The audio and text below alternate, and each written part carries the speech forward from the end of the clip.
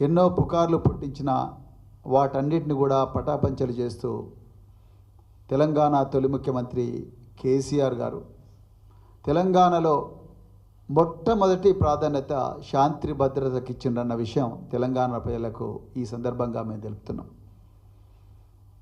దానికి మరి ఒక్కటే ఉదాహరణ, నేను గతంలో వారి హయాంలో కూడా మరి పోలీస్ అధికారిగా పనిచేసిన మొదటి నిర్ణయమే మొదటి నెల లోపలనే ముఖ్యమంత్రి గారు, ఆనాటి ముఖ్యమంత్రి 700 కోట్ల రూపాయలు పోలీసు శాఖకు ఇవ్వడం జరిగింది.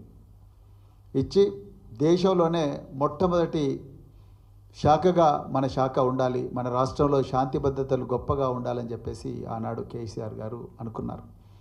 కానీ మరి నిన్న డీజీపీ గారు పత్రికాముఖంగా ఒక పెద్ద సమావేశం పెట్టి ఒక తెలంగాణ పోలీస్ యాన్యువల్ రిపోర్ట్ 2024 వారు నిన్న రిలీజ్ చేసిండ్రు. మరి వారు చాలా విషయాలు ఇందులో చెప్పడం జరిగింది, గణాంకాలు కూడా ఇవ్వడం జరిగింది. కానీ మరి తెలంగాణ ప్రజలకు నిజాలు చెప్పాల్సిన బాధ్యత ఈరోజు భారత రాష్ట్ర సమితి మీద ఉన్నది. అందుకొరకే ఈ ప్రత్యేకమైన సమావేశాన్ని మేము ఏర్పాటు చేసినాం. నిజానికి తెలంగాణ ప్రజలు గుర్తించాలి, ఈ రాష్ట్రానికి డిసెంబర్ 9వ తారీఖు నుండి డిసెంబర్ 30వ తారీఖు వరకు హోంమంత్రి లేరు. హోంమంత్రి లేకుంటే శాంతి భద్రత పరిస్థితి ఏ విధంగా ఉంటుందో మీరు ఒక్కసారి ఆలోచించాలి.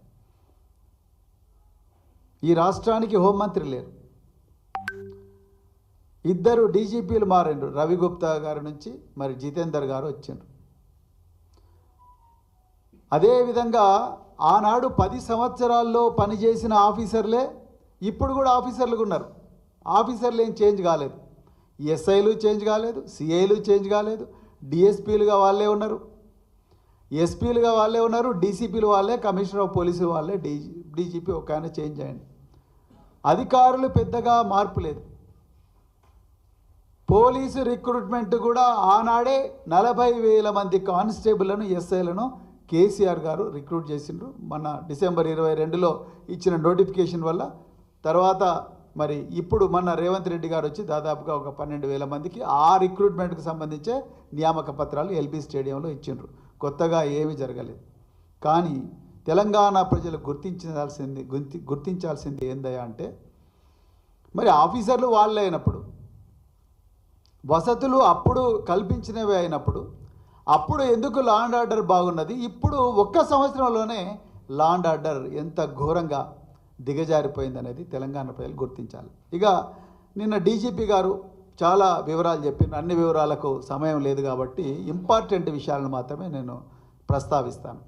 కానీ వారు తెలివిగా అంతా మంచిగా కనిపించాలని చెప్పేసి కొన్ని గణాంకాలు మాత్రమే ప్రజల ముందర పెట్టే ప్రయత్నం చేసిండ్రు డీజీపీ గారు. వారు నిస్సహాయాలు. మరి ఆర్డర్లన్నీ కూడా ఇవాళ రేపు గాంధీ భవన్ నుంచో లేకపోతే ముఖ్యమంత్రి గారి క్యాంపు కార్యాలయం నుంచే వస్తున్నాయి. కాబట్టి ఇక్కడ తెలంగాణలో డీజీపీలకు లేకపోతే పోలీస్ అధికారులకు ఏం పవర్ ఉంది అనేది తెలంగాణ ప్రజలు చూస్తూనే ఉన్నారు. నిన్నటికి నిన్న జగిత్యాలలో పోలీసు కానిస్టేబుల్ నేరం జరుగుతుంది అని చెప్పి ఒక పెట్రోల్ పంప్ దగ్గరికి ఇన్ఫర్మేషన్ వచ్చిన వెంటనే పోతే ఆ పోలీసు కానిస్టేబుల్ల మీదనే దాడులు చేసిన పరిస్థితి కాంగ్రెస్ నాయకులు.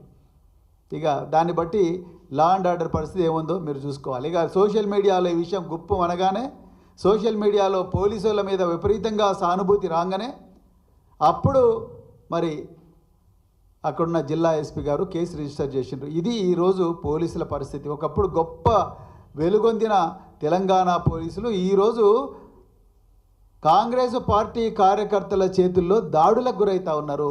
ఇక్కడికి దిగజారింది పోలీసు వ్యవస్థ రేవంత్ రెడ్డి గారి పాలనలో.